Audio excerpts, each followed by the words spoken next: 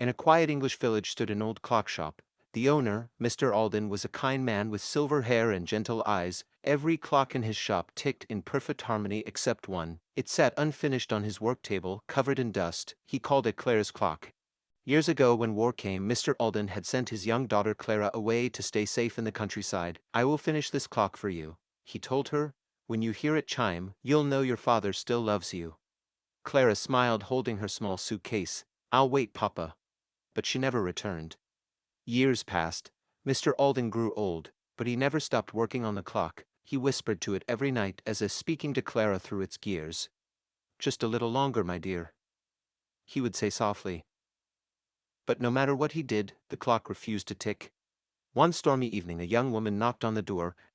"Sir, I found this picture among my late grandmother's things," she said, holding up a photo of a little girl beside a man with kind eyes. Mr. Alden froze. That is my Clara." The woman's eyes filled with tears. "She was my grandmother." The woman told him Clara had grown up believing her father had died in the war. She had named her own daughter Alden after him. Mr. Alden's hands trembled. "All these years? She thought I was gone." Tears rolled down his cheeks as the clock behind them gave a faint tick. The old man stood and turned toward the clock. Slowly its hands began to move. The chime rang for the first time, gentle and clear. It filled the room with warmth and light, as if Clara herself had returned for one final goodbye. When the chime faded, Mr. Alden whispered, "I tell her I finished it."